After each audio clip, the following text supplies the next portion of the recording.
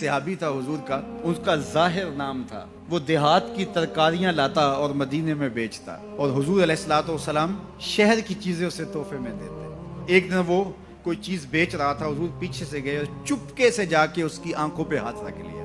یہ کبھی آپ نے بھی کیا ہوگا، اس کو کہتے ہیں کولی بھرنا۔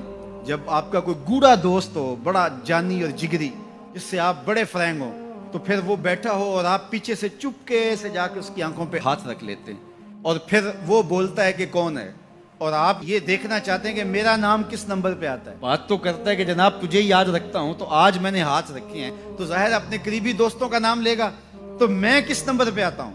تو کسی کی کولی بھرنے کا مطلب یہ ہوتا ہے میں دیکھوں تو صحیح اس کو میرے سے محبت کتنی ہے۔ تو اللہ اکبر، وہ بیٹھا تھا، حضور پیچھے سے گئے، چپکے سے جا کے اس کی کولی بھر لی۔ اب حضور کے ہاتھ آنکھوں پہ آئے ہوں اور سینے تک ٹھنڈ نہ گئی ہو، یہ کیسے ہو سکتا ہے؟ اس کو نہ پتا چلا ہو کہ حضور ہے۔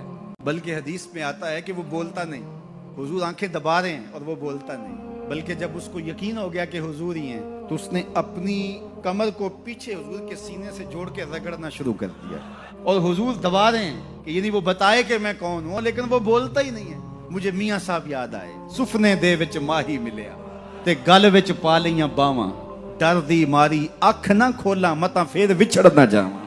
تو حضور آنکھیں دبا رہے ہیں اور وہ نہیں بولتا۔ حضور خود ارشاد فرمایا، اس غلام کو کون خریدے گا؟